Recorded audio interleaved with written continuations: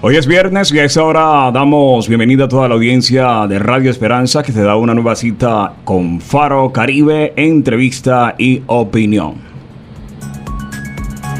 Hoy tenemos como invitado especial al doctor Dewin Pérez Fuentes. Él es economista, especialista en finanzas, magíster y PH en ciencias económicas, formación avanzada en desarrollo productivo en economías latinoamericanas, formación avanzada en macroeconomía y microeconomía avanzada, formación avanzada en economía y género, también docente de tiempo completo de la Universidad de Cartagena y catedrático del ESAT, docente a nivel de maestría en diferentes universidades, investigador del Centro de Investigaciones Científicas del Caribe, CICaribe, y del Observatorio Laboral de Cartagena y Bolívar. También ha desempeñado cargos como secretario, o mejor, es secretario de Hacienda del Distrito de Cartagena, director del programa de Economía de la Universidad de Cartagena, jefe del Departamento de Investigaciones Económicas y Sociales de la Universidad de Cartagena, director de la Unidad de Investigaciones de la Escuela Latinoamericana de Cooperación y Desarrollo, investigador pasante del Observatorio del Caribe colombiano. En cuanto a producción intelectual, ha publicado 18 libros, todos resultados de una investigación, múltiples artículos publicados en revistas indexadas internacionales y nacionales, múltiples entrevistas publicadas en semanarios y medios internacionales y nacionales. En cuanto a reconocimientos, ha recibido varias distinciones y honores en diferentes sectores. Hoy estaremos hablando acerca de la crisis y cómo debemos hacer para mitigar sus efectos en cuanto a lo que tiene que ver a nuestra vida cotidiana, es decir, nuestro día a día. Al doctor Dewin Pérez Fuentes damos bienvenida a esta hora a Faro Caribe. Doctor, buenos días, bienvenido a Faro Caribe. Muy buenos días, John. Un saludo muy especial a toda la audiencia de Faro Caribe. Antes que nada, doctor, vamos a hablar qué se entiende por crisis económica. Las crisis económicas tienen diferentes manifestaciones. En términos generales, una crisis se presenta cuando la economía tiene un crecimiento negativo. ¿Eso qué es? Es decir, la economía produce bienes y servicios y lo que se espera es que año a año esa producción de bienes y servicios sea mayor. Entonces, cuando en un año determinado o en un periodo determinado la producción de bienes y servicios es menor que el anterior, entonces se dice que el crecimiento de la economía es negativo y eso se refleja en una crisis económica.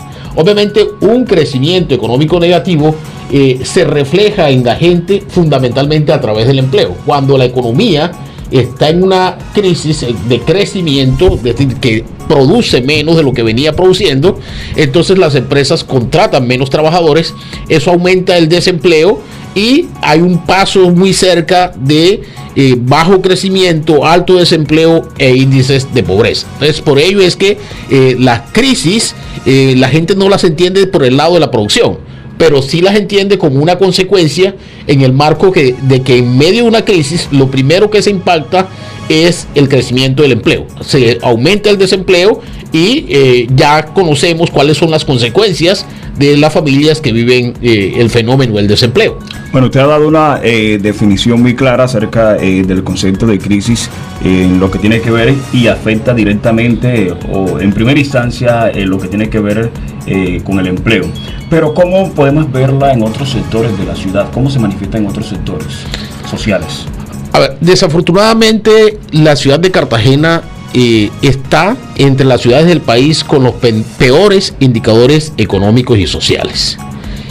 Por ejemplo, en términos de las cifras de pobreza que salieron hace 2 semanas, los índices de pobreza del 2022, el país reduce la pobreza y la pobreza extrema y la mayoría de las ciudades del país reducen la pobreza. Solo 3 ciudades en todo el país tuvieron aumentos de la pobreza en el 2022. Esas 3 ciudades fueron Sincelejo, Montería y Cartagena. Eso indica que la pobreza en la ciudad pasó del 42% al 43.9%. Fueron aproximadamente 25.000 personas adicionales a las que ya teníamos que entraron en pobreza. ¿Eso qué significa?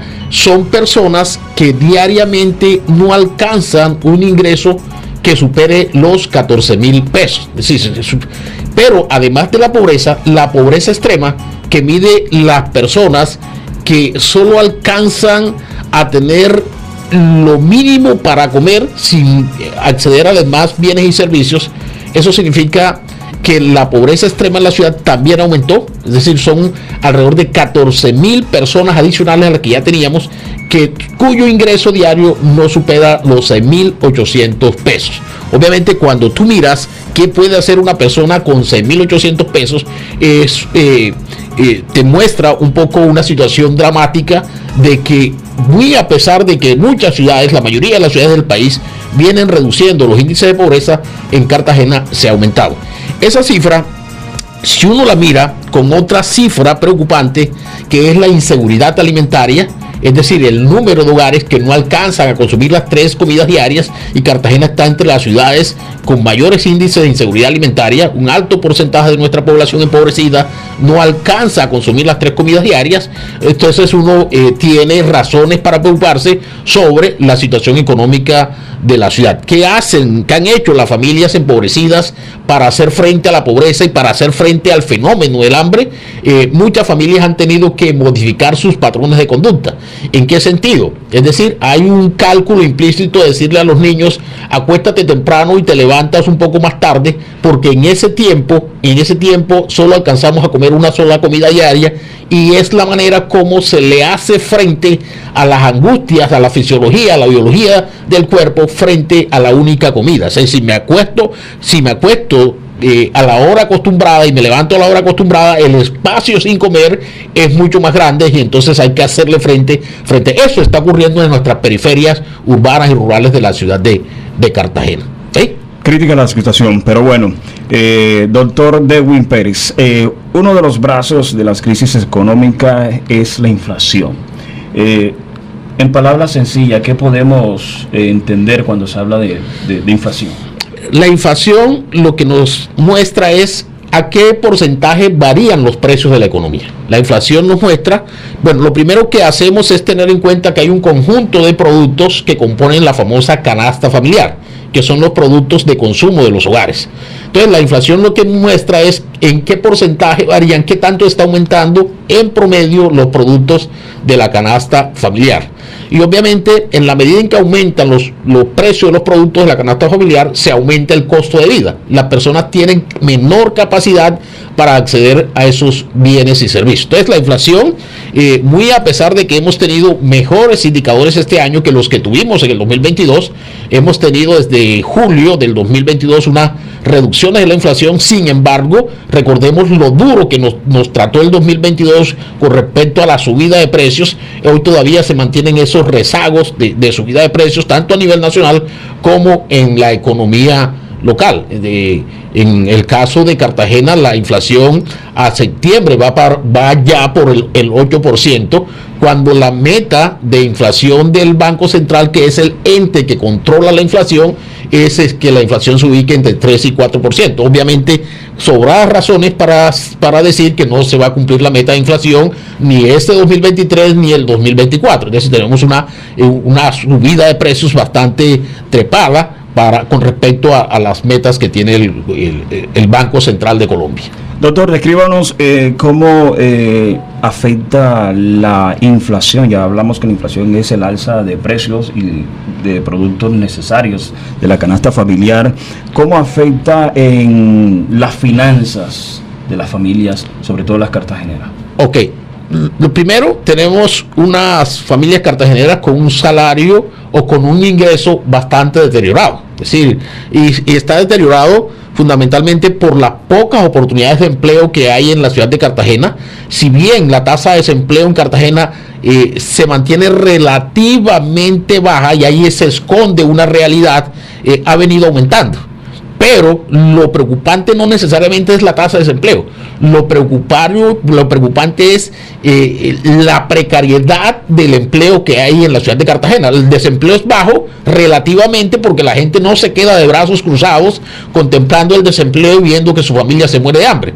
Eso implica que para generar ingresos para la sobrevivencia tú tienes que hacer algo. Y hacer algo es coger la mototaxi, es vender el guarapo, es montar el puesto en la esquina, es coger la carreta en la calle. Entonces, más del 60% del empleo que se genera en la ciudad de Cartagena es empleo precario de este tipo. Es un empleo, obviamente, que es de baja productividad, que genera ingresos precarios y que no permiten sacar a la gente de la pobreza. Es decir, este tipo de empleos mantiene a la gente envuelta en los índices de pobreza y de pobreza extrema, incluso que se transfiere de generación en generación. Es lo que se llama la pobreza intergeneracional. Es decir, cómo romper esos índices de pobreza es el reto que tienen los gobiernos, sobre todo esa pobreza intergeneracional.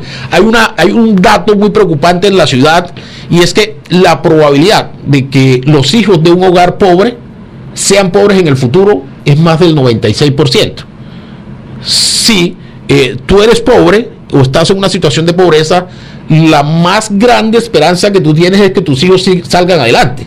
Pero ¿cómo así que en la ciudad de Cartagena los hogares pobres saben que en un 96% sus hijos también van a ser pobres? Es decir, es como si la pobreza fuera una marca de familia, como si estuviese escrita en piedra. Es decir, si la pobreza es una marca de familia, si la pobreza está escrita en piedra, somos un fracaso como sociedad. ¿Por qué? Porque estamos condenando a nuestros jóvenes, a nuestros niños, a tener un futuro tan incierto y tan precario como el futuro que tienen sus familias hoy. Bueno, estamos hablando que la inflación en Cartagena asciende a un nivel de, según las estadísticas, del 8% de lo que usted nos ha compartido. Las condiciones del empleo son bastante críticas, de nivel de pobreza. Pero, bueno, ¿qué podemos hacer para mitigar los efectos como ciudadanos de la inflación actualmente? Bueno, aquí hay una combinación de fenómenos que todos le pegan conjuntamente a la población, especialmente a la población más empobrecida, a la población vulnerada. Tenemos una economía que tiene muchas dificultades para tener un crecimiento sostenible. Tenemos un mercado laboral que en la mayoría de los casos genera empleo precario. Tenemos unos índices de pobreza altos y en vez de disminuir están aumentando. Tenemos unos niveles de precariedad laboral absolutos y tenemos niveles altísimos de inseguridad alimentaria que dice que nuestra población más empobrecida está pasando hambre, pero al mismo tiempo los precios de los alimentos y los precios de los productos energéticos, especialmente la energía eléctrica, el precio del transporte, están subiendo, y eso implica que el malogrado, el deteriorado ingreso, el precario ingreso que tiene la población empobrecida en Cartagena cada vez le alcanza menos y los precios siguen subiendo, y sí, cada vez tenemos menos acceso a alimentos. Frente a ello, más allá de lo que puede hacer el hogar, y ahí somos claros y contundentes, esto no es necesariamente una decisión de hogar, se requieren políticas públicas.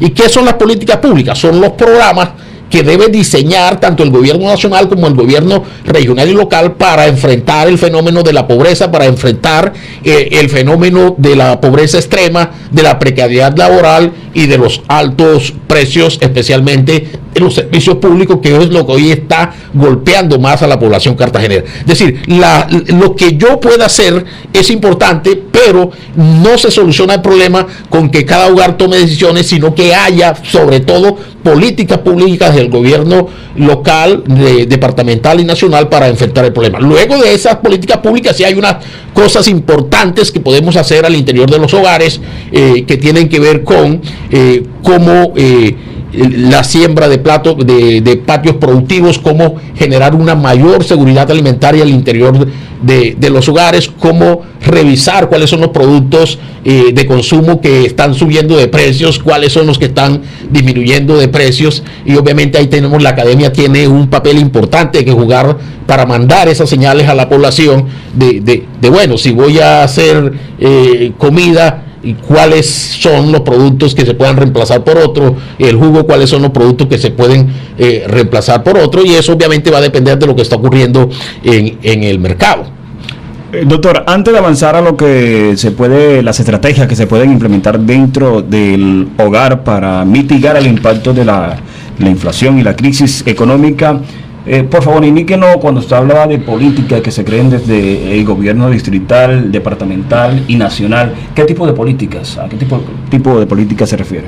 A ver, en términos de seguridad alimentaria, no podemos continuar que la gente se siga dando golpes con la vida tratando de conseguir el pan de cada día cuando no tiene empleo, cuando está metido en medio de la pobreza.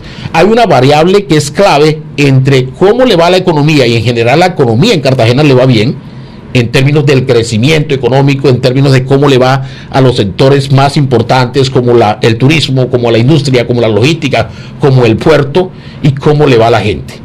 O sea, a la economía le va bien, pero a la gente no le va mal, no le va bien. A la economía le va bien y a la gente le va mal. ¿Eso qué es? Un contrasentido. ¿Por qué ocurre ello? Sí, ¿por qué a la economía le va bien y a la gente le está yendo mal? Primero, porque la economía local no tiene capacidad para generar empleos productivos de acuerdo a las necesidades de la población. Entonces, lo primero es tener una política de generación de empleo productivo y decente, es decir, empleos que permitan a la gente unos ingresos en condiciones de que permitan sacar a la población de la pobreza extrema. Es decir, gran parte de la problemática social se deriva de la falta de empleo productivo, del no acceso a empleos decentes, sino que lo único que pueden hacer en la ciudad es la precariedad laboral. Entonces se requiere una política de empleo apoyada por el gobierno nacional, apoyada por el gobierno departamental y especialmente enfrentada por el gobierno local. Pero además de una política de empleo, mientras las políticas públicas dan resultados, no podemos seguir que nuestra población siga muriendo de hambre. Entonces tenemos que, y lo venimos haciendo, planteando desde la universidad, tenemos que entregar una canasta básica de bienes a los hogares más empobrecidos. Identificar los hogares más empobrecidos, esos que se están muriendo de hambre hoy, cuando ya hace más de 2 años que pasó el COVID, se siguen muriendo de hambre, hay que entregarle una canasta básica de bienes, y esa canasta básica de bienes tiene que tener un enfoque de género. ¿Por qué? Porque lo que normalmente se recurre cuando entregamos ayudas es entregar aceite, entregar manteca, entregar arroz, azúcar, atún, pero se nos olvida que al interior de los hogares hay unas mujeres y que esas mujeres tienen unas necesidades especiales. Se nos olvidó en el COVID, se nos sigue olvidando, y desafortunadamente en la ciudad de Cartagena casi el 9% de los hogares de las mujeres empobrecidas no tienen posibilidades económicas de cubrir los utensilios que se requieren, por ejemplo, para el periodo menstrual. Entonces, esas cosas se nos olvidan cuando entregamos ayuda, y ahí se van generando sesgos en contra de las mujeres. Es decir, como que tengo arroz, tengo aceite, tengo comida, pero los bienes básicos de salud pública que requieren las mujeres en lugares se nos olvidó, y entonces ahí se nos generaron unas importantes brechas. Hoy todavía muchas niñas empobrecidas no tienen los medios de salud pública en condiciones de sanidad para cubrir el tema de su periodo menstrual. Entonces, un valor agregado y un hit que nos anotaríamos en la ciudad de Cartagena es pensar esa ayuda no puede ser ciega a esas diferencias que hay en el tema de género en la ciudad de Cartagena, que son bastante contradictorias. Entonces, cuando tú hablas de pobreza, decimos los índices de pobreza, pero esa pobreza es diferenciada entre hombres y mujeres. Las tasas de pobreza en Cartagena son hasta 6 puntos superiores en el caso de las mujeres que en los hombres. Las tasas de informalidad son superiores en las mujeres que en los hombres. Las tasas de pobreza extrema son superiores en las mujeres que en los hombres. Si a mí me preguntan el rostro de la pobreza en Cartagena, el rostro de la pobreza en Cartagena es de una mujer negra afrodescendiente. Ahí está el rostro de la pobreza en Cartagena, siendo que Cartagena es una ciudad afro. Entonces, ahí está, se puede dibujar el rostro de la pobreza. Entonces, esas políticas tienen que ir enfocadas a tener en cuenta esas diferencias, porque si no, se nos siguen aumentando las brechas. creemos que sin embargo debe haber alguna opción que como ciudadanos podamos emprender desde la casa para de alguna forma mitigar ese impacto. Ya usted hablaba de hacer como una selección de algunos productos que estén a bajo costo. ¿Qué podemos hacer de alguna manera para no quedarnos de manos atadas frente a estas situaciones que nos afectan en nuestro día a día? Porque esto ya es un problema latente y patente en la ciudad de Cartagena. Por ejemplo, cuando tú miras cómo se han comportado los productos de la canasta familiar durante el último año, tú tienes que el tomate se ha incrementado en el 68%, es decir, el tomate está encarecido.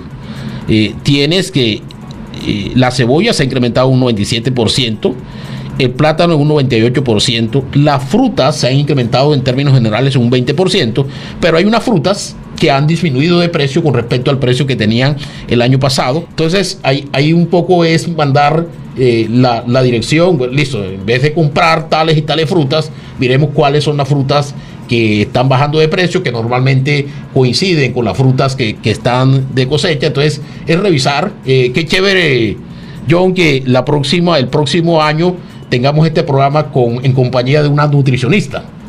Nosotros desde la economía vamos diciendo cuáles son los productos que se están encareciendo y cuáles son los productos que se están bajando de precio, y la nutricionista nos ayuda a armar ahí el paquete diario de cómo poder alimentarnos de manera más barata. Entonces eso se va a ayudar con la siembra de patios productivos de hortalizas al interior de los hogares que permitan un autoconsumo, un autoconsumo de una parte del hogar. Pero hay un tema que sí hay que prestarle mucha atención, y es qué es lo que nos está encareciendo el nivel de vida en la ciudad de Cartagena en este último año. Si el año pasado fueron los alimentos y todavía hay un rezago de los alimentos, hay algo que no se le ha prestado mucha atención y que está golpeando el nivel de vida de los cartageneros, y es que lo que está impulsando la inflación hoy es el precio de la energía eléctrica y el precio del transporte. Ahí tenemos un impacto del efecto por ejemplo, del aumento del precio de la gasolina. Está golpeando doblemente a los hogares porque está aumentando tanto el precio de lo energético como el precio del transporte público. Pero también entonces implica que cómo revisar el consumo de energía. Ese es un tema que no necesariamente se da en los hogares. Ahí hay un tema nacional que debe resolver el gobierno nacional, y fueron las negociaciones que se hicieron con la empresa que genera la energía eléctrica en la costa. Es decir, doctor, disculpe la interrupción. Se habla, usted ha tocado que el alza de precio de combustible está afectando, obviamente, está generando un alza en la inflación. Se pronostica que también, ya no solamente la gasolina, también el ACPM, y resulta que son los vehículos de carga pesada que utilizan esta clase de combustible los que transportan el alimento. ¿Esto también afectaría y aumentaría el precio de los alimentos? Claro que sí. Aquí tendríamos un impacto doble sobre el precio de los alimentos, y el impacto que ya está generando el precio de la gasolina, el impacto que han generado los fenómenos externos y que fueron los que de alguna manera dispararon el aumento de los precios desde el año antes pasado. Pero el aumento del precio de los combustibles, en este caso del ACPM, también va a impulsar el precio de los alimentos por el componente de transporte al interior de la inflación. Ahora, en esta dirección de buscar estrategia para mitigar los efectos de la inflación y de la crisis económica, hacer una comparación de los precios, como ya usted lo venía diciendo, es bueno, pero vemos que muchas de las familias, aunque tienen un poco los ingresos económicos que entran al núcleo familiar, siguen comprando en almacenes de cadena. ¿Sería una alternativa ir a mercados locales, mercados campesinos, como la Plaza de Mercado Basurto, donde los productos de la canasta familiar salen más económicos? Claro, es una gran alternativa y es importante ese planteamiento, John. Es decir, aquí tiene que haber necesariamente un desplazamiento del consumo desde los grandes mercados, los mercados de superficie, hacia el mercadito del barrio, hacia el mercado popular. De hecho, es uno de los temas que está incentivando el gobierno nacional, el tema de la economía popular. Es decir, ya no compremos en esos almacenes, compremos en la economía popular, porque ahí tenemos unos efectos importantes, no solamente para nosotros, en términos de menor precio de los productos que consumimos, en términos de mayores posibilidades de consumo, sino que también estamos incentivando a otros hogares y a esas familias que también viven de la economía popular en esos mercaditos populares, en el mercadito del barrio, en la carreta. Eso es importante, sobre todo que no hay ese proceso de intermediación,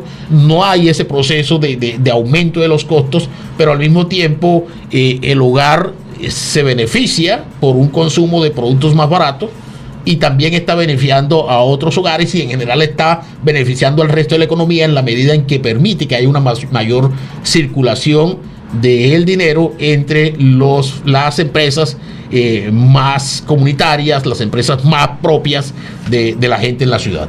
Teniendo en cuenta que son pocos los ingresos que entran al núcleo familiar, ¿qué hacer para evitar la desviación o el mal gasto de los fondos que ingresan al núcleo familiar? Yo creo que que ya a estas alturas los hogares manejan bien los recursos.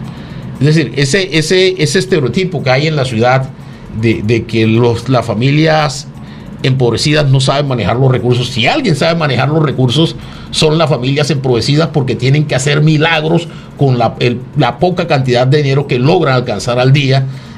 Tienen que hacer milagros. Entonces, de pronto yo no puedo juzgar la generalidad por algunos casos particulares que ocurren, pero entonces ahí es cómo hacer rendir más, cómo tú le puedes pedir a una persona que se toma un solo vaso de agua de panela al día que se organice mejor, porque si no se organiza mejor no va a poder ahorrar y no va a poder mejorar su situación económica. Si es el único vaso de agua panela que se toma al día, eso implica que gran parte de la solución de esa familia no depende de cómo se organiza esa familia de dentro, sino que obedece a las políticas públicas que se requieren para sacar a cientos de miles de personas que están en medio de la pobreza extrema, llevando cable, tirando canalete, pero no mejora su nivel de vida. Se habla en la finanza, en el manejo de la finanza, se habla de los denominados gastos hormiga, que a veces también ocurren dentro de las finanzas personales y dentro de las finanzas del hogar. ¿Qué se puede recomendar en cuanto a esto? En términos de los gastos hormigas, tiene que ver con aquellos gastos que no están planificados, sino que van saliendo día a día. Bueno, compra tal cosa. A eso ¿cómo se corrige? Cuando hay una planeación al interior de los hogares de cuáles son los bienes y servicios que se requieren, cuáles son los bienes y servicios básicos en relación con la restricción presupuestaria que tienen los hogares. Entonces es clave ese punto que tú nos has planteado, pero normalmente en los hogares empobrecidos no hay muchos gastos hormigas, es decir, no alcanza para pensar en otras cosas sino en lo estrictamente básico. Es decir, cuando usted nos... Los gastos hormiga bien aplican más para la clase media, para hogares que tienen un poquito más de ingreso y que se pueden dar un poco la posibilidad de decir, bueno, vamos a comprar hoy unos helados, vamos al cine, oye, cómprate, va pasando algo que no lo necesito, pero me interesa, me llama la atención y lo compro. Eso no ocurre necesariamente en los hogares más empobrecidos, que se tienen que estar dando puños con la vida para que ese poquito ingreso que tienen precario les alcance para algo. Ok, es decir que en este caso los hogares de estratos medios, cuando se dirigen al mercado, y en este caso obviamente la opción debería ser el mercado, la plaza de mercado de Basurto, aún en la plaza de mercado de Basurto deben ir con una lista para saber qué se va a comprar y qué no se va a comprar y en qué cantidades. Ahora, doctor, otra tesis que se maneja es ahorrar. ¿Es recomendable ahorrar en tiempo donde la inflación está en un nivel alto? A ver, el ahorro siempre es una buena posibilidad en todos los contextos. Y el ahorro te permite mejorar la capacidad productiva de tu casa, de tu hogar, y te permite planificar más en el futuro.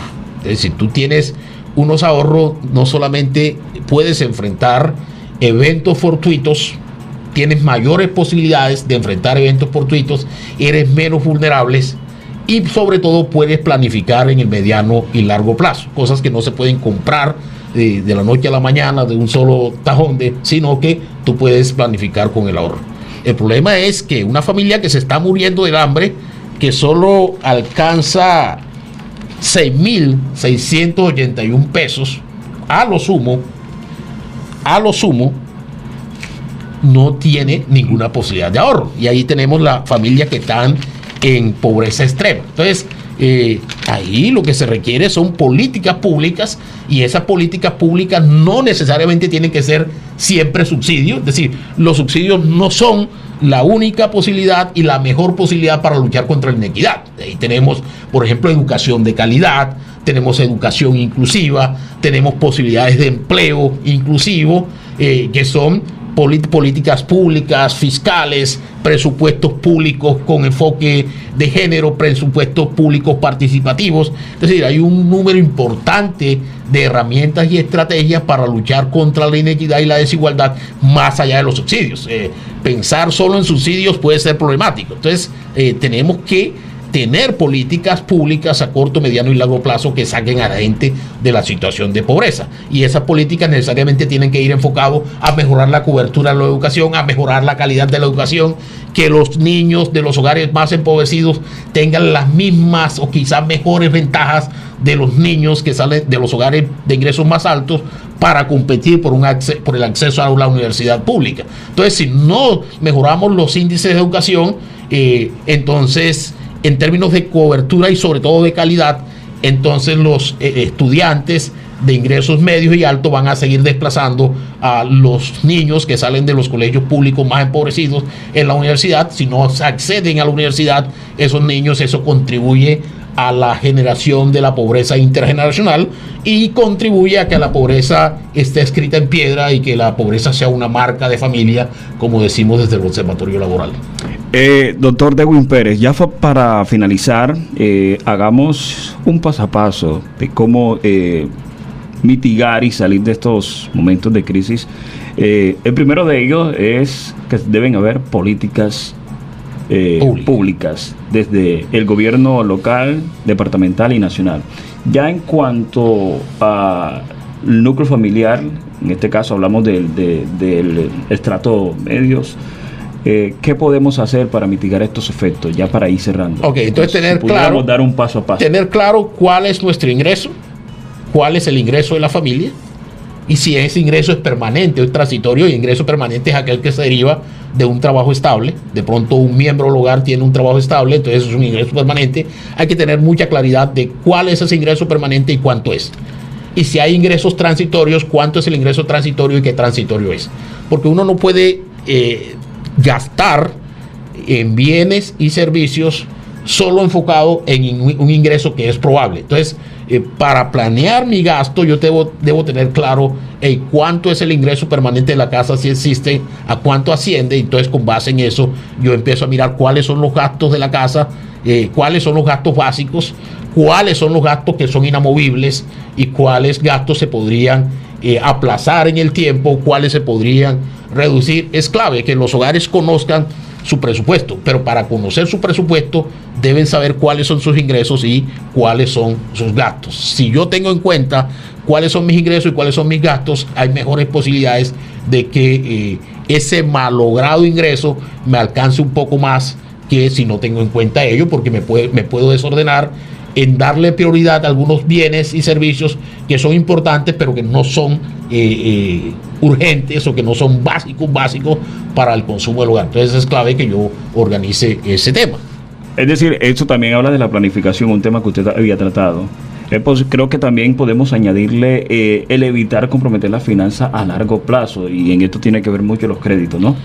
Claro, eso es importante, y por ello digo, conócete, conoce tus finanzas del hogar y cuál es el ingreso permanente y cuáles son los ingresos transitorios. A veces los hogares cometen el error de que tienen un ingreso, de que tienen un pico de ingreso que se deriva de un ingreso transitorio, y con base en eso toman decisiones.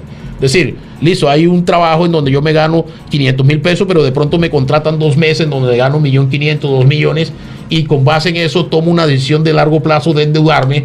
Pero ocurre que ese ingreso transitorio solamente demora 2 meses y entonces ya me cuelgo y me quedo sin poder acceder a pagar las cuotas del crédito. En últimas termino perdiendo el bien que saqué a crédito y pierdo también lo que había invertido. Entonces es importante ese tema. El tema del uso de las tarjetas de crédito, esas tarjetas de crédito, si existen, hay que sacarlas de la cartera, porque esas tarjetas de crédito en la cartera son un peligro latente. Entonces sáquela de la cartera y guárdela por allá para cuando verdaderamente ocurra una emergencia que haya que salir al frente, úsela. El otro error que se comete es endeudarme para pagar deuda, es lo que los economistas llaman efecto Ponzi. Entonces, debo un dinero y estoy colgado, pero para pagar la cuota hago un préstamo, otro préstamo más grande, para pagar esa cuota hago un préstamo más grande, en última se te va convirtiendo en un efecto bola de nieve. Entonces hay que romper ese efecto Ponzi, hay que organizarse y tratar de no pagar deudas con más deudas. Doctor Dewey Pérez Fuentes, muchas gracias por aceptar nuestra invitación y por compartir todo su conocimiento con nosotros en Faro Caribe. Gracias, John, y gracias a toda la audiencia de Faro Caribe. Un abrazo enorme para ustedes. A todos ustedes, muchas gracias y nos encontramos en nuestra próxima emisión.